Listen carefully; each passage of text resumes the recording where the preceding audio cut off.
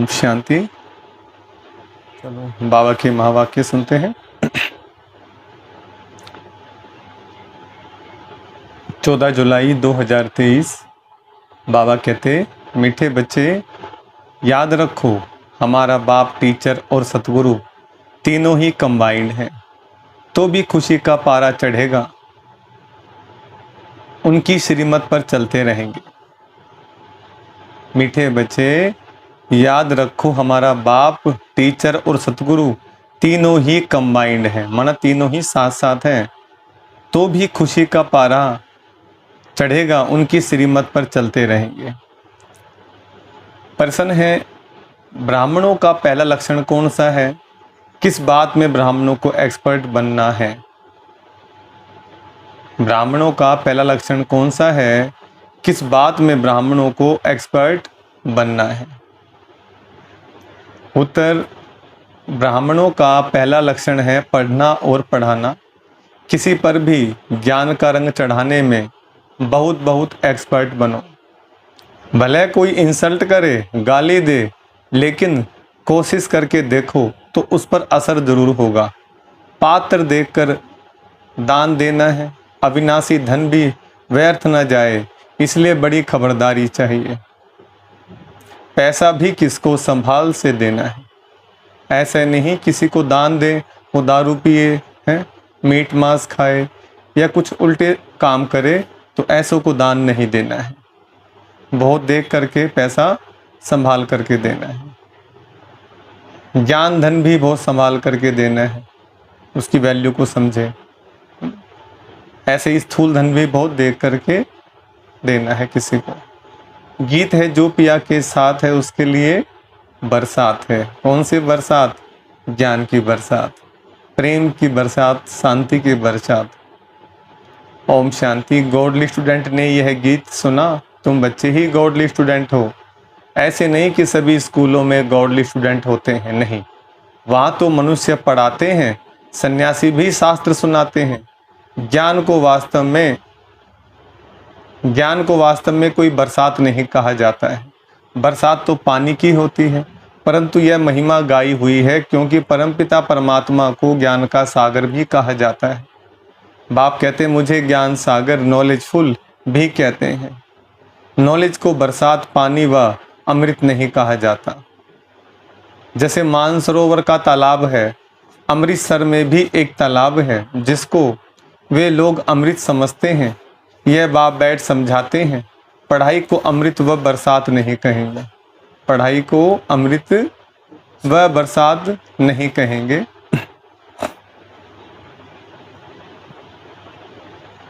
समझते हैं अमृत है, इससे दुख दूर हो जाएंगे। वास्तव में तो इस नॉलेज से तुम्हारे सब दुख दूर होते हैं 21 जन्मों के लिए।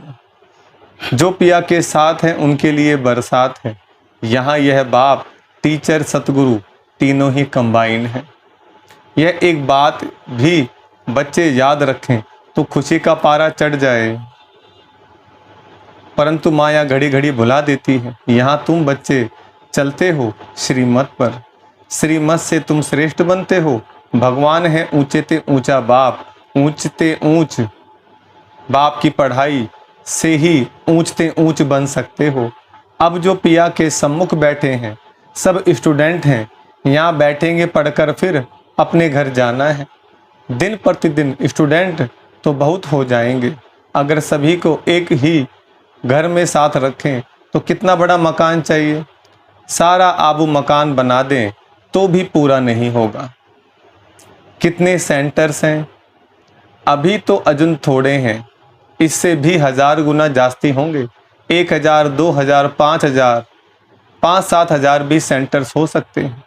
फिर घर घर में यह ज्ञान गंगाएं ज्ञान की वर्षा करेंगे। तो उस समय की बात है जब ये जो सेंटर है इतने नहीं होते थे अपने बाबा के ज्ञान सुनाने, गीता पाठशालाएं सेंटर हैं।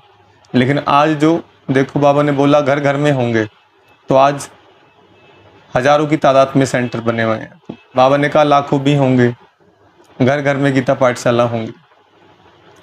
तो बाबा कहते हैं इतने ढेर बच्चे हो जाएंगे, जहां तहां देखो सेंटर्स खोलते रहते हैं। कोई गीता पाठशाला नाम रखते हैं, कोई ब्रह्मा कुमारी ईश्वरीय विश्वविद्यालय नाम रखते हैं। वास्तव में ब्रह्मा कुमारी नाम रखने से डरना नहीं चाहिए। कई बच्चे डरते हैं कि बीके नाम देख हंगामा ना कर दें, लेकिन पहले हंगामा होता था, अब तो हंगामा नहीं होता। इसलिए गीता पाठशाला नाम रख देते हैं। गीता पाठशाला अक्सर तो कॉमन है, समझते हैं कोई विघ्न ना पड़े, इसलिए बीके नाम बदल दूसरा रूप दे देते हैं। वास्तव में तो बात एक ही है।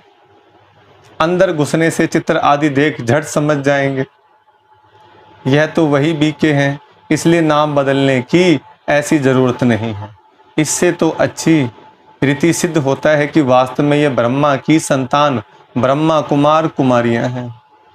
यह तो अच्छा है ना, तुम सबसे कह सकते हो वास्तव में तुम भी ब्रह्मा कुमार कुमारियां हो। प्रजापिता ब्रह्मा को तो जानते हो, वह रचयिता है मनुष्य सृष्टि का। निराकार परमपिता परमात्मा कोई आत्माओं का रास्ता नहीं, वह तो आत्माओं का अनादि बाप है। प्रजापिता ब्रह्मा भी तो अनादि है, आत्माओं का बाप इनमें आते हैं, आकर ब्रह्मा को एडॉप्ट करते हैं। प्रजा रचने के लिए ब्रह्मा द्वारा ब्राह्मण कुल रचना है, यह तो समझाने में और ही सहज होगा, परंतु डरते हैं, कहेंगे बीके के पास मत जाओ, गीता पाठशाला में भले जाओ। घर घर में ज्ञान गंगा का अर्थ भी मनुष्य नहीं समझते हैं। भक्ति मार्ग में नारद को मुख्य गिना जाता है, झांझ बजाने वाला भक्त था।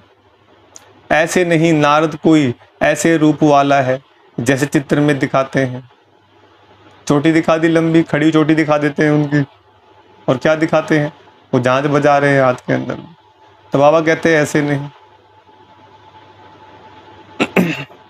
वास्तव में बंदर तो तुम सभी थे, सूरत मनुष्य की सीरत बंदर की थी। मन बाबा को तो पूरी पावर है, बाबा बोल सकते हैं वे। तो बाबा कहते हैं कि तुम ही हो बच्चे जो बंदर वाली हरकतें करते हो, कामना रखते हो लक्ष्मी बनने की। तो पहले बाबा कहते हैं अपनी सूरत तो देखो, पुरुषार्थ तो करो, तभी जाकर के लक्ष्मी को वर सकेंगे। यूं तो सब नारद हैं, यूं तो सब नारद हैं, सब भक्त हैं ना, समझ सकते हैं। जब तक हम देवी गुण वाले मनुष्य ना बने तब तक हम लक्ष्मी को वर ना सकें। सभी मेल अथवा फीमेल भक्त नारद हैं। कहा जाता है अपनी सीरत तो देखो, तुम तो बंदर हो क्योंकि तुम्हारे में 5 विकार हैं, इसलिए लक्ष्मी को वर नहीं सकेंगे। है सारी यहाँ की बात। बाबा ने समझाया है कि सभी दुशासन अथवा दुर्योधन हैं। दुशासन दुर्योधन माने बुराई का शासन, दू लगता है बुराई के लिए, जैसे दुष्ट दुराचारी हैं, दुस्साहस कैसे हुआ, दुष्कर्मी, तो दुशासन इनका शासन है। और दुर्योधन जो धन का दुरुपयोग करे, धन को गलत तरीके से कमाए, अर्जित करे और धन को गलत तरीके से खर्च करे, वो है दुर्योधन, धन का दुरुपयोग करने वाला। द्रौपदियों के चीर हरते हैं, इसलिए माताएं पुकारती हैं हमको नंगन होने से बचाओ, रक्षा करो। कन्याएं कहती हैं लाज रखो गिरधारी, नाम तो बहुत रख दिए हैं। मनुष्यों का बुद्धि योग चला जाता है श्री कृष्ण तरफ, परंतु किसी भी देहधारी को याद करने से विक्रम विनाश नहीं हो सकते।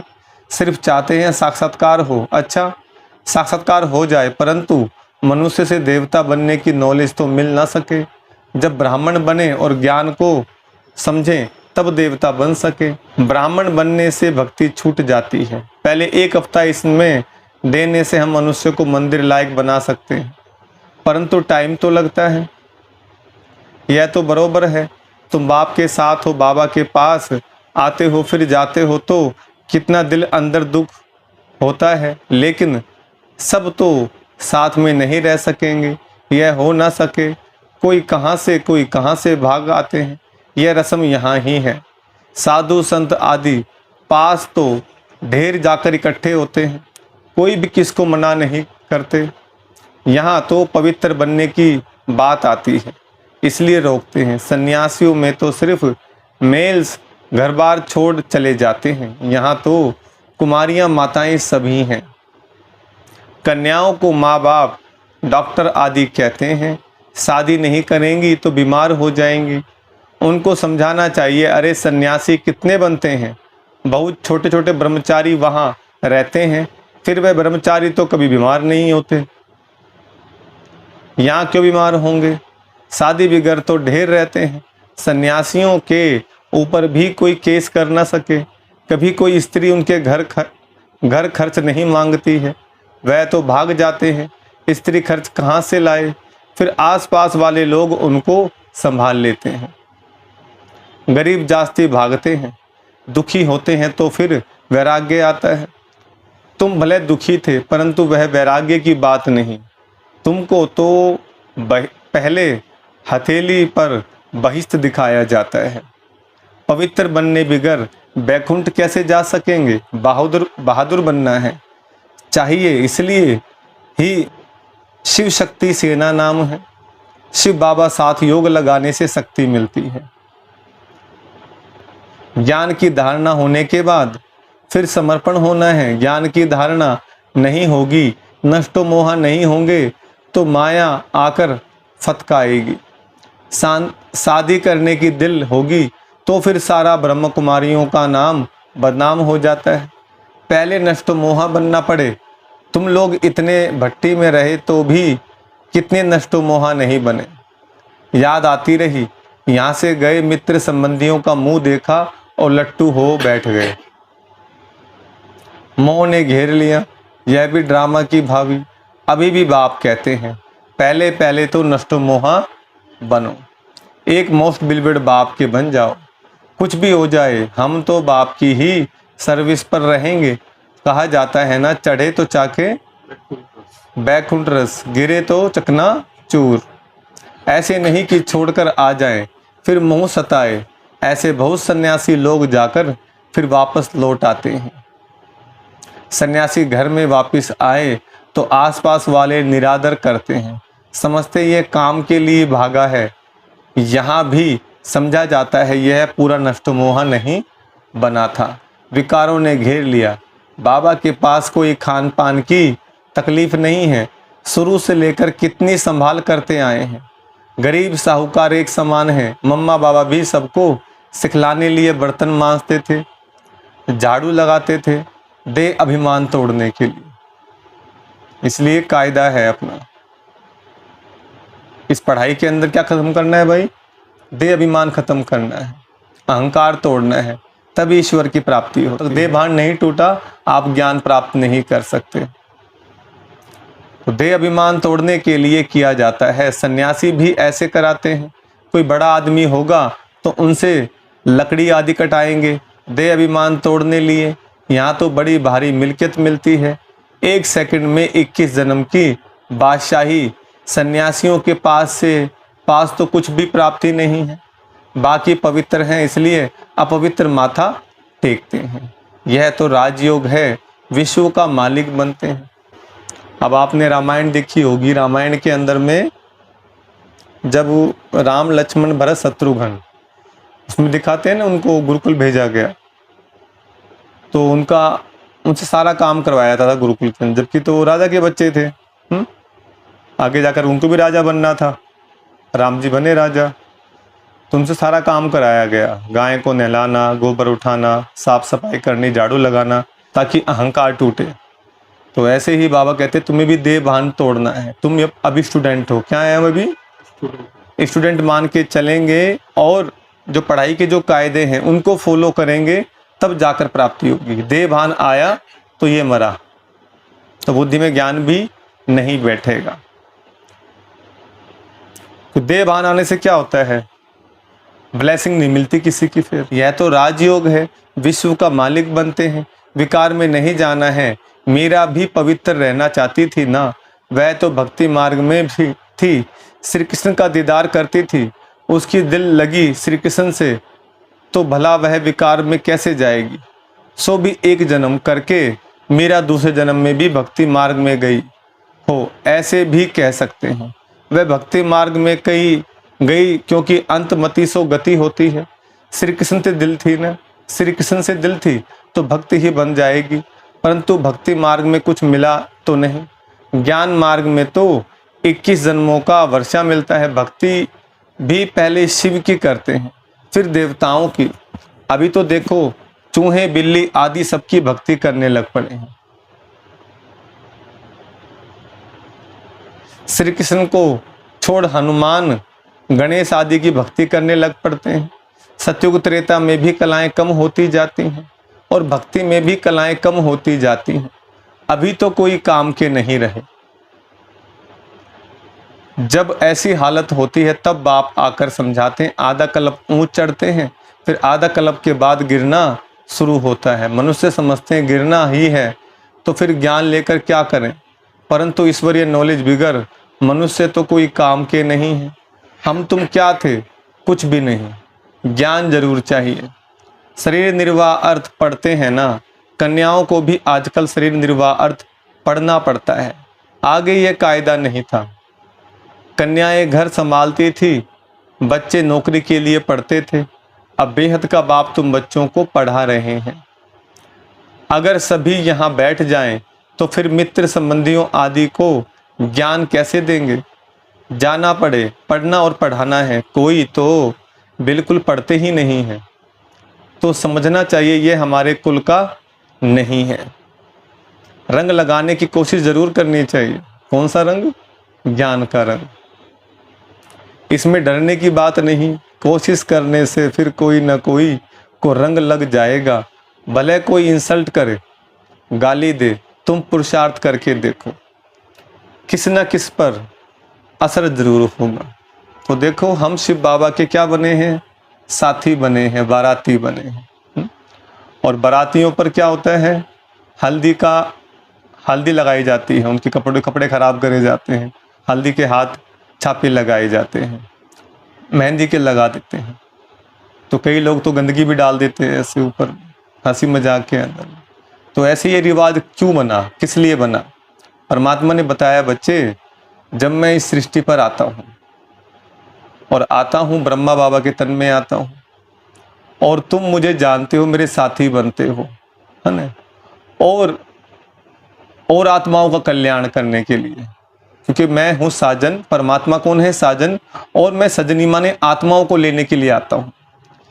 तो जैसे स्टार्टिंग में जब परमात्मा आए ब्रह्मा बाबा के तन में, और दुनिया वालों ने लांछन लगाए, घर वालों ने, जो कन्या आती थी ज्ञान के अंदर में, जो भी माता बहनें चलती थी ज्ञान में, तो क्या करते थे? वो लांछन लगाते थे, उल्टा उल्टा बोलते थे, गाली बकते थे। ये पता नहीं कौन आगे कैसे पवित्रता का पाठ पढ़ा रहे हैं, संसार कैसे चलेगा, हल्दी लगाना, मेहंदी लगाना, कपड़े गंदे कर देना। वास्तव में परमात्मा कहते हैं ये रिवाज मुझसे शुरू हुआ। जब मैं आता हूँ, मैं सच्चा दूल्हा बन करके आता हूँ अपनी सजनियों को लेने के लिए, और तुम मुझे जान जाते हो, तुम भी मेरे साथी बाराती बनते हो। बारात माने माने बाबा, रात माने कलयुगी रात में आते हैं, और जब बाबा आते हैं तो संगम युग हो जाता है। फिर वो बारातियों को ही लगाया जाता है। तो बाबा के हम साथी बने हैं, और लांछन लगेंगे, तरह तरह की बातें भी आएंगी। तो उसमें कई लोग तो खुशी खुशी से लगाते हैं, ऐसे करके लगाओ के लगा, और कई लोग फिर बुरा मानते हैं, कपड़े गंदे कर दिए, मेरी ड्रेस गंदे कर दी, नया कोट सिलाया था, ये ऐसा भी होता है ना, बच बच के भागते हैं। तो बाबा कहते हैं लोग गाली भी देंगे तो फिर बाद में ताली भी बजाएंगे, ये भी ध्यान रखो। तो आप बाबा का संदेश दो, घबराओ नहीं, कि हम बाबा के साथी बाराती हैं। तो देखो बाबा क्या कहते हैं, भले कोई इंसल्ट करे, गाली दे, तुम पुरुषार्थ करके देखो, किस ना किस पर जरूर असर होगा। बिच्छू चलता है तो नरम चीज देख वहां डंक मार देता है, जांच करता है। यहाँ भी बच्चों को बहुत एक्सपर्ट बनना चाहिए। अविनाशी धन कहाँ व्यर्थ किसको नहीं देना है। पात्र देख, दान करना है। अगर किसको दान दिया और उसने कोई विक्रम कर लिया तो उनका पाप उस दान देने वाले पर आ जाएगा। यहाँ बड़ी खबरदारी चाहिए। पैसा तो बड़ी संभाल से किसको देना है, कि ज्यादातर लोग क्या कर रहे हैं, पाप ही कर रहे हैं। पूछ कर, बाबा कहते हैं पूछ कर देना। यहाँ तो जो भी बना रहे हैं यह सब जल्दी ही टूट फूट जाएंगे। यह मकान भी बच्चों के रहने के लिए बने हैं, यह तो जानते हैं सब टूटने हैं। अर्थक्वेक होगी तो मंदिर आदि सब टूटेंगे। हमारी राजधानी में यह कुछ होगा नहीं, ना अमेरिका रसिया आदि होगी।